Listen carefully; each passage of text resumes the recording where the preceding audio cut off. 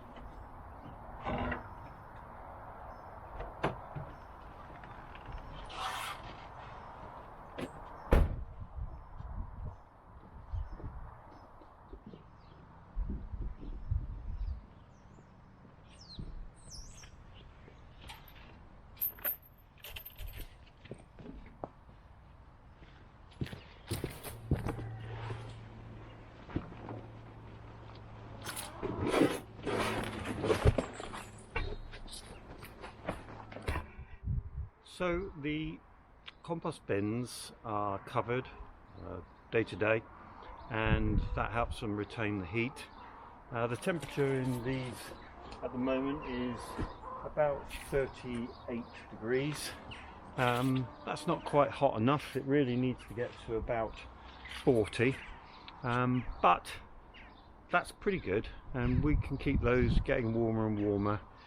Each of these bins is topped up each time I get a new load of horse manure, and they amazingly decrease rapidly over time as they warm up.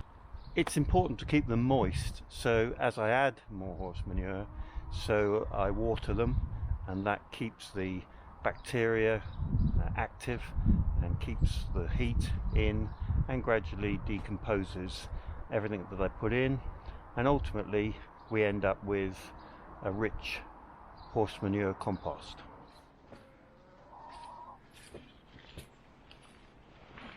So in total I have 5.5 of these bins, and over the course of the winter months between November and probably February, I keep topping them up.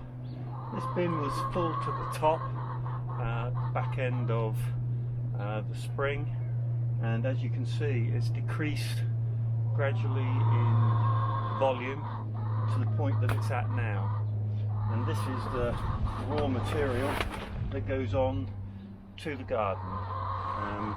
You can see that it's a bit like a leaf mold really, full of worms, extremely friable and very consistent. Smells just like fresh soil. Fantastic stuff for the garden, and is key to the success of a no-dig style garden.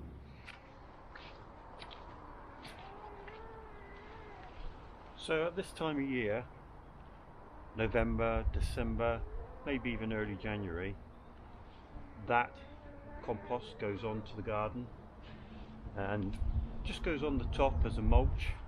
As you can see, it's full of worms, and that serves as a suppressant for any weeds and also enriches the soil, leading to me not having to do any digging at all.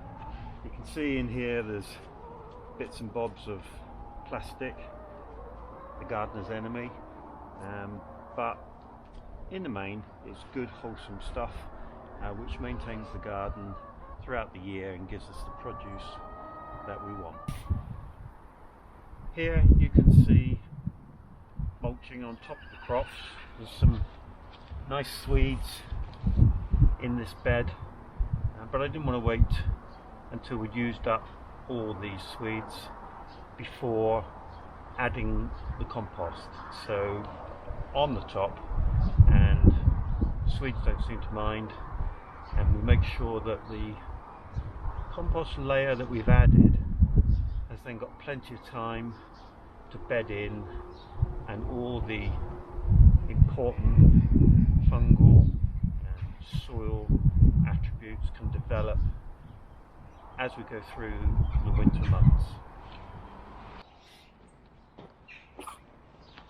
You can see here in this bed where I've harvested everything in sufficient time that I've covered it over with a weed membrane. This is a breathable membrane, so quite a lot of moisture gets through it, and certainly in these parts you have to weight it down, otherwise you'll lose it in the wind that occurs in the winter.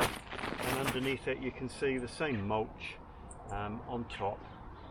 This just helps the weed suppressant, and I always think it saves some of the nutrients in the compost from being washed away by the rain.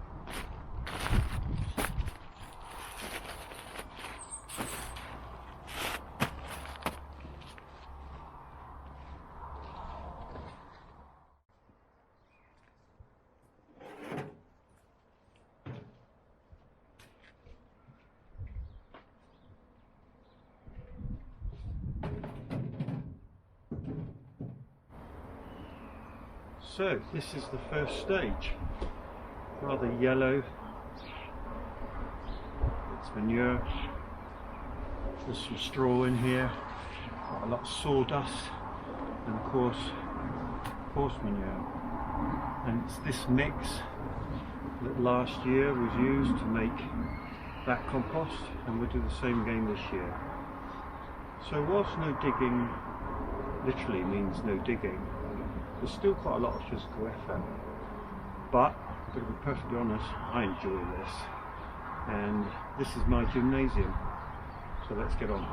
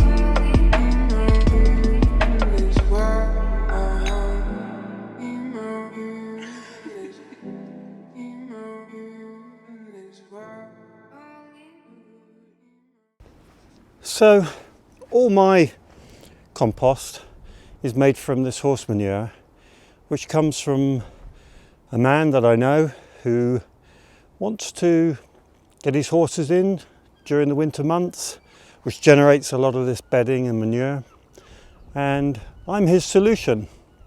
He wants to get rid of the manure and he's my solution. I need it. So together we have a mutual agreement that we both benefit from. Fantastic.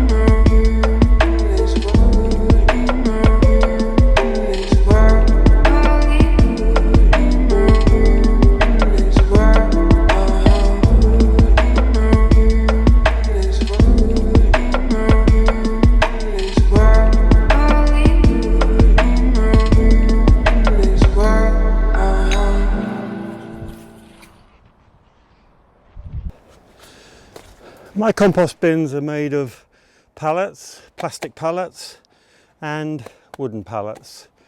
I don't nail them together or screw them together. I simply tie them together with plastic ties. They do rot, they last a couple of years, and then I can switch them out. I don't exclusively put horse manure in here. If there's any green waste from the house or from the allotment, that goes in too. Everything makes good compost.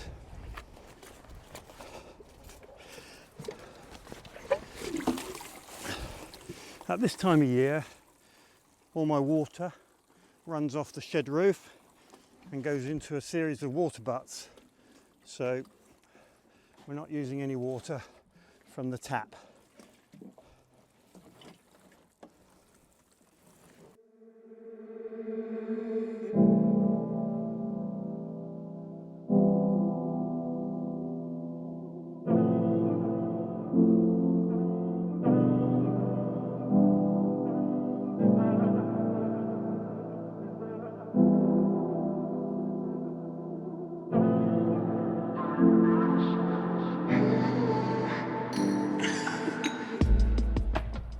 This cover, of course, also serves to keep the heat in the heap.